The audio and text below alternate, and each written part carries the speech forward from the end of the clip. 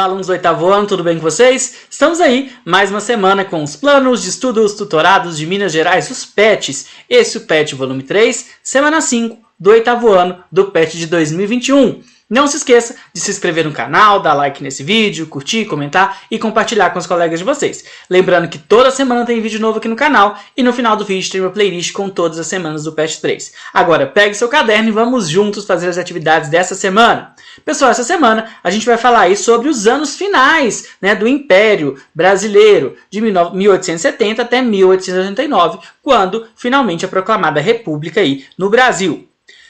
Os gastos da Guerra do Paraguai, a pressão pelo fim da escravidão, os exemplos republicanos e a falta de participação política de determinados setores sociais no sistema excludente da política imperial foi minando a força da monarquia, que sustentava principalmente na elite cafieira fluminense e no apoio da Igreja Católica. Situações conflituosas entre a monarquia e a sociedade, questão religiosa, questão escravista, questão militar e questão republicana, permitiram a derrubada da família imperial brasileira em novembro de 1889. Então a gente vai entender quais os fatores que foram minando, que foram destruindo aos poucos aí o império do Dom Pedro II. E a gente vai ver que depois o tipo de governo vai se tornar insustentável, a monarquia vai se tornar insustentável e a gente vai ter a proclamação da República. Beleza? Bom, primeiro vamos falar da questão militar. Olha só. Após a Guerra do Paraguai, os militares passaram a ter maior visibilidade no cenário político. De uma mal organizada instituição, o Exército passou a atrair os olhos de jovens provenientes de classes sociais mais baixas. Apesar da vitória em terras estrangeiras, os salários e a própria carreira militar não eram alvo da atenção das autoridades monárquicas. Então, o exército, que era mal organizado, que era mal pago, ele vai para a guerra, ele ganha a guerra e ele volta com muito mais visibilidade. Então a sociedade começa a enxergar os militares de uma forma diferente. Então eles começam a ver aí a carreira militar como sendo uma carreira mais promissora. Por outro lado, os investimentos no exército, eles não crescem. Então, os militares, eles ganham mais força, mas, por outro lado, eles não ganham mais importância. Então, eles começam a ficar descontentes aí com o governo. A questão republicana. Disputa entre os defensores da monarquia e os seus críticos, que afirmavam que a monarquia era um entrave ao desenvolvimento nacional. Após a Guerra do Paraguai, ao aumento do prestígio dos militares, que eram defensores da ideia da república. Então a gente tem aí uma monarquia e isso é visto como um atraso para o Brasil. Como que o Brasil continua sendo uma monarquia? Ele já deveria ser uma república. E o exército, que voltou justamente com mais força, eles defendiam a ideia republicana, Questão religiosa, olha só.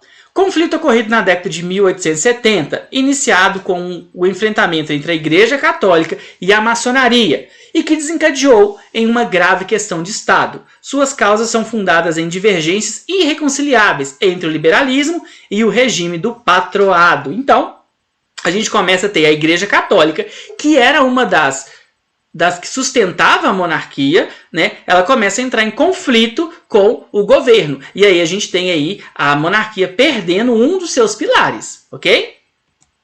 E a questão escravista, olha só. O abolicionismo ganhou fôlego após a Guerra do Paraguai. Na América, o fim da escravidão nos Estados Unidos na década de 1860 tornaram o Brasil a única grande nação escravista do continente, além de Cuba. O escravismo brasileiro era atacado no exterior por ligas inglesas favoráveis aos direitos humanos. Internamente, libertos abolicionistas, republicanos e liberais combatiam o infame comércio. Então, a escravidão se torna algo mal visto naquela sociedade e o Brasil começa a ser visto como uma nação atrasada pela escravidão. Além disso, a gente já viu que alguns escravizados lutaram no exército e não tinha sentido eles lutarem pela nação e continuarem escravos. Só que a monarquia, ela era sustentada pelos grandes proprietários de terra que eram escravistas, por isso que ela não punha fim na escravidão logo de cara. O movimento pela emancipação dos escravos no Brasil iniciou-se em 1850, com a Lei Eusébio de Queiroz, que proibia o tráfico interoceânico. Então a gente vai ver que o governo sabia que ele tinha que terminar com a escravidão, só que ele não podia, terminar com a escravidão de uma vez, porque ele recebia apoio dos grandes proprietários de escravos. Então ele vai acabando com a escravidão pouco a pouco. Então olha só, primeira lei Eusébio de Queiroz, que vai proibir o tráfico de escravos. Depois foram aprovadas a Lei do Ventre Livre. A Lei do Ventre Livre dava liberdade àqueles escravizados, né, aqueles filhos de escravizadas que nascessem a partir daquela data. E também a lei do sexagenário, que dava liberdade aos escravizados com mais de 60 anos. A gente sabe que na prática essas duas leis não faziam muita diferença. Por quê? Ou a mulher era escravizada, ela tinha um filho. O filho dela nascia livre, mas ele continuava vivendo aonde? Na senzala, continuava vivendo como um escravizado. A lei do sexagenário, a grande maioria dos escravizados não chegava a essa idade.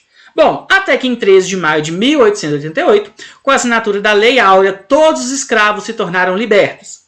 A falta de indenizações aos proprietários escravistas lesou o direito de propriedade e acelerou a queda do império. E aí, quando ele coloca fim na escravidão, ele não paga para os donos dos escravizados. E isso tira o apoio dos grandes proprietários de terra. Por outro lado, ele demorou demais a acabar com a escravidão, então ele também não tem o apoio dos ex-escravizados, né? Então, a situação dele se torna insustentável. Modernização econômica. A gente também tinha questões econômicas aí, olha só. Com o crescimento da produção cafeeira, iniciou-se a instalação de ferrovias para atender ao deslocamento da produção de fazendas afastadas do litoral. A modernização econômica do Império esteve atrelada à tarifa Alves Branco, que aumentou o imposto sobre vários produtos importados e incentivou a produção nacional. E pela Lei Eusébio de Queiroz, que proibiu a entrada de escravizados. Então o Brasil começava a passar por uma modernização econômica, mas alguns diziam que essa modernização demorou demais para acontecer, né? A gente vai ter aí, olha só, o capital que deixou de ser gasto com a compra de cativos, somado ao capital gerado pela venda de café, foi sendo investido em novos negócios. Nesses novos negócios destacou o Barão de Mauá, entusiasta da industrialização nacional e que criou diversas empresas. Então, a gente tem aí, né, uma modernização da economia que vai acontecendo, mas de forma muito atrasada, né? O dinheiro que antes era investido no tráfico de pessoas, agora começa a ser investido na industrialização. E um dos grandes investidores, né, vai ser justamente o Barão de Mauá. Uma outra característica, pessoal, do segundo reinado aí que vale a gente falar é a questão da extração da borracha. Olha só, vale destacar também que ainda no Império iniciou-se a extração de borracha na floresta amazônica. O ciclo econômico da borracha, que atendia com essa matéria-prima a expansão industrial europeia e estadunidense, enriqueceu a elite da região e foi a atividade econômica de destaque até a terceira década do século XX. Então, não sei se vocês sabem, né? A seringueira, né, você tira o látex dela que você faz borracha, e isso vai gerar muito dinheiro para a região, né? A região amazônica. A gente tem até hoje, né, lembranças, né?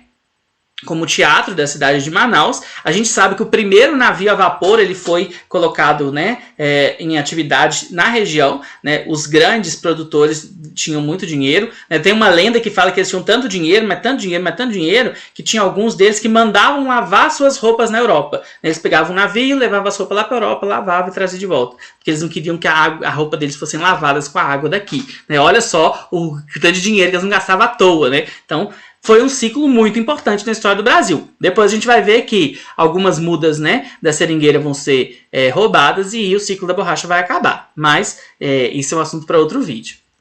Bom, pessoal, agora então vamos às atividades? Vamos lá então. Número 1. Quais elementos compõem as causas para a queda da monarquia brasileira? Ah, isso aí tá fácil, né? Questão religiosa, questão escravista, questão militar e questão republicana. Então, eu já expliquei todas elas aí, né? A questão religiosa, a briga com a Igreja Católica. A questão escravista, o fim da escravidão, da escravização, né? Questão militar, o crescimento do status do exército. E a questão republicana, os defensores da república cresciam cada vez mais. Beleza? Então, número 2. A produção cafeeira montada no Vale do Paraíba caracterizava-se por um sistema de uso da terra no qual as matas e capoeiras substituíram a adubação do solo. Assim, a possibilidade ao longo do tempo de continuidade ou ampliação da produção existia em função direta da quantidade de solo virgem. O uso continuado criava nas fazendas 3 tipos de terreno, que tinham por sua vez diferentes valores. As terras em pasto, resultado de antigos cafezais, improdutivos e, portanto, menos valorizados. Os cafezais, que dependendo da sua idade possuíam maior valor. As matas, tipo de terreno mais valorizado, pois definiam a possibilidade de futuro da produção.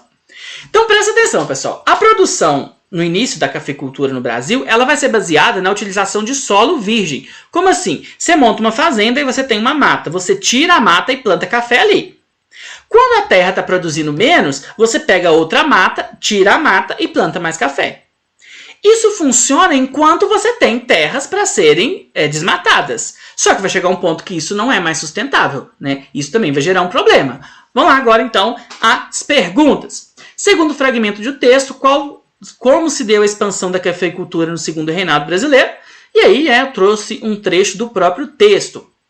A possibilidade ao longo do tempo de continuidade ou ampliação da produção existia em função direta da quantidade de solo virgem. Então essa expansão ia sendo só sobre solo virgem, né? O solo, quando ele se tornava improdutivo, ele era transformado em pasto. 3. Agora uma questão aí fechada. O segundo reinado, preso ao seu contexto histórico, não foi capaz de dar resposta às novas exigências de mudanças. Quando se analisa a desagregação da ordem monárquica imperial brasileira, percebe-se que ela se relacionou principalmente com a estrutura federativa vigente e a conspiração tutelada pelo exército, bandeira do socialismo levantada pelos positivistas, eliminação da discriminação entre brancos e negros, essa B e C a gente já sabe que não é, né? Abolição da escravidão e o desinteresse das elites agrárias com a sorte do trono. E aí, qual a alternativa certa? Alternativa certa, letra D, né? Então, a resposta certa aí, letra D, beleza? Vamos para a próxima. 4. O transporte ferroviário no Brasil da segunda metade do século XIX ao início do século XX mereceu prioritariamente o interesse estatal e particular. As condições históricas relacionadas com a ampliação da rede em ritmo crescente foram a expansão da cafeicultura, principalmente em São Paulo, e o escoamento da produção para o exterior. Vamos ver as próximas. Reservas de minério de ferro do quadrilátero ferrífero, pouco acessíveis e demasiado distantes dos centros urbanos mais expressivos. No segundo reinado, lá na segunda metade do 19, tinha já essa preocupação com minério de ferro? Não, né? Políticas de industrialização e de reflorestamento, sem chance de ser essa, né, pessoal? Letra D. Capitais externos em busca de lucros para a indústria automotiva e para as empresas distribuidoras de petróleo. Isso aí tem a ver com a expansão da rede ferroviária? Também não, né, pessoal? Letra certa, letra A. Né? Essa aí muito fácil. Resposta certa, letra A. Beleza? Bom, pessoal, as referências que eu utilizei, caso vocês tenham mais interesse sobre o assunto. E é isso. Boa semana, bons estudos. Não se esqueça de se inscrever no canal, dar like nesse vídeo, curtir, comentar bastante aqui embaixo. Comenta seu nome e a sua cidade para que eu mande um salve no próximo vídeo. E é isso. Boa semana e até a próxima. Valeu!